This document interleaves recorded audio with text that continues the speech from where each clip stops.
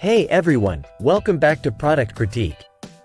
Today, we're diving into one of the best compostable cups on the market, the Stock Your Home 16 ounces clear commercially compostable cold cups.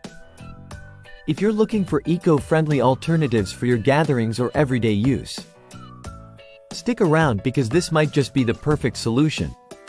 First off, let's talk about why these cups are making waves. They're made from PLA, a plant-based material derived from sources like corn or sugarcane. That means they're not only eco-friendly but also BPA-free, which is a big win for health-conscious consumers. These cups are commercially compostable within a 90 to 180-day window, making them a great choice for reducing environmental impact. Whether you're hosting a party, planning a picnic, or just enjoying a drink at home, these cups fit the bill. Now, let's address durability. They score well with a 4.0 out of 5 in customer ratings for durability, meaning they hold up nicely under normal use. The clear design adds a touch of elegance, whether you're serving water, wine, or beer. With a generous 16-ounce capacity, these cups are perfect for any occasion.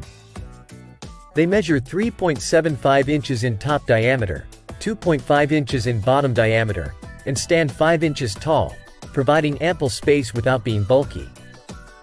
From weddings to barbecues, these cups are versatile. They're designed not just for parties but also for everyday use. Their sturdiness, although rated slightly lower at 3.6 out of 5, is sufficient for most needs.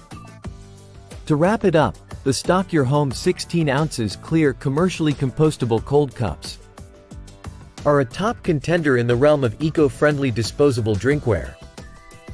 They balance sustainability with practicality, making them a favorite among environmentally conscious consumers. If you're interested in reducing your ecological footprint without compromising on quality, check out the link in the description below to grab a pack for yourself.